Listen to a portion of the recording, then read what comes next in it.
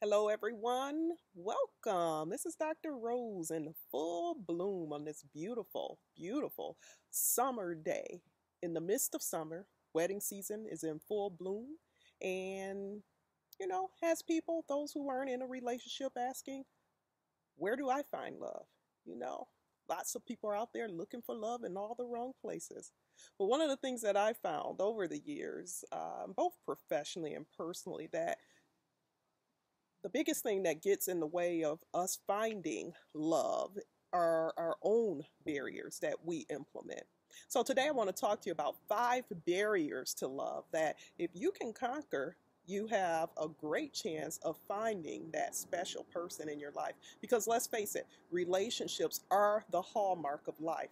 We all desire to just experience the love and the emotional and the physical ecstasy that goes along with finding that perfect person for us. No such thing as a perfect person, but finding that perfect person for you is what we all ultimately desire. So let's get started right away. First barrier to finding love is looking for someone to complete you. How many times have you heard that saying, my better half? Honestly, when I hear people say that, I cringe because having a better half would imply that you were half a person yourself. You want to be a whole person to find that person who's going to make life more fulfilling for you. When two whole people unite, it exponentially just increases the joy that they had individually. So get rid of that ideal of finding someone to complete you.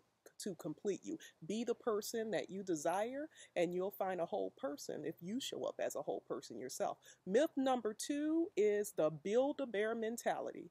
This is a term I coined a few years ago after just seeing the tendency that many people have, especially women, I'm going to be honest, to build a bear. If you guys, any people out there have heard of this company, this is a company where you can go in and create your own teddy bear. You find a shell. They actually give you a shell of a bear, and you go and you stuff it with fillings and filling, and you can give it a heart and you can dress it up. Lots of people have this kind of attitude when it comes to just mates. Typically, when someone has this build a bear mentality, it's because they've lowered their standards and they found someone that really doesn't meet the standards that they have for a relationship. But this person is kind of determined that they're going to bring this person up to their level of standards that they desire. And hence the term build a bear. You're trying to build a man or build a woman. And this again is related to just this tendency for control, or this desire for control that we oftentimes can find ourselves involved in a relationship. And where it may seem to work for a while, because people will tell you it works for a while, until you start demanding more and more from a person who was never equipped to give you that in the first place. So get rid of that whole mentality of you're going to create the perfect person for you. Barrier number 3 is imposing inherited beliefs on relationships. What is it that you learned about relationships from your family of origin? I've had clients over the years who say that they were told by their parents never to expect to have a happy marriage because there's no such thing, or never expect to have a happy life, or that old adage, all men cheat.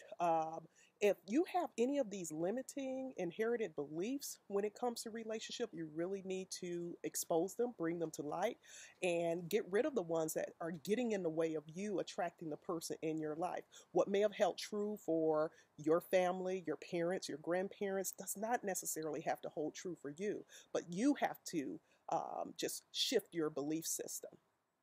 Barrier number 4 is using manipulation as a strategy. And this is a big issue. Lots of people believe game playing, trickery, manipulation is a way to kind of get that person you want. But trust me, if you choose this method, you're building a foundation based on manipulation, and that's going to be the relationship from just the course of the relationship. You'll find yourself having to just utilize manipulation to get what you want, and it's superficial. It's not authentically a healthy relationship, or even a relationship that has staying power. In psychology, we know there are 2 types of motivation a person has: intrinsic motivation and extrinsic motivation.